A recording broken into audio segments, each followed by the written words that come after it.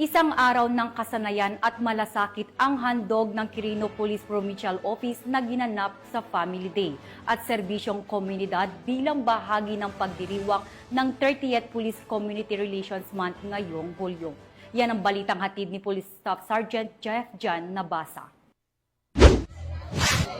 Puno ng saya at pag-asa, ganito mailalarawan ang mga dumalo sa makabuluhang Family Day sa Quirino Police Provincial Office bilang pagdiriwang ng ika-30 anibersaryo ng Police Community Relations na ginanap sa QPPO Parade Ground kahapon.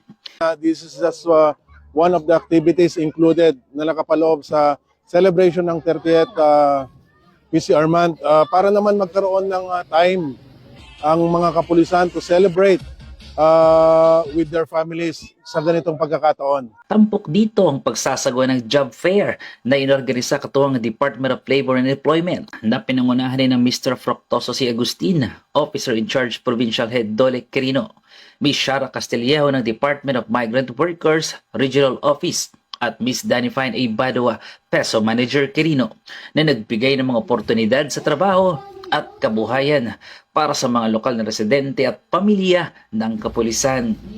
Inilunsad din ng kauna-unahang PSA mobile outlet upang mas lalo pang ilapit ang serbisyo. Highlights din ng programang pagbibigay ng portasol ng Department of Science and Technology sa mga piling tauhan ng Quirino Police Provincial Office. Ang Portasol Portable Solar Dryers ay isang makabagong teknolohiya na makakatulong sa kabuhayan ng mga benepisyaryo.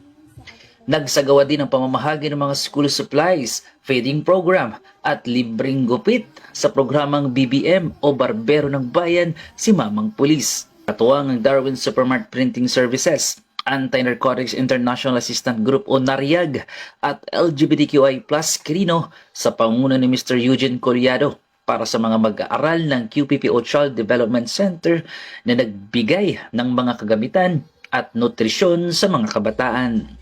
At upang bigyang saya ang okasyon ay sabay na humataw ang mga bata kasamang tanyag na mascot ng Quirino PNP na si Patrolman Henyong na nagdala ng tuwa at sigla sa pamilyang dumalo.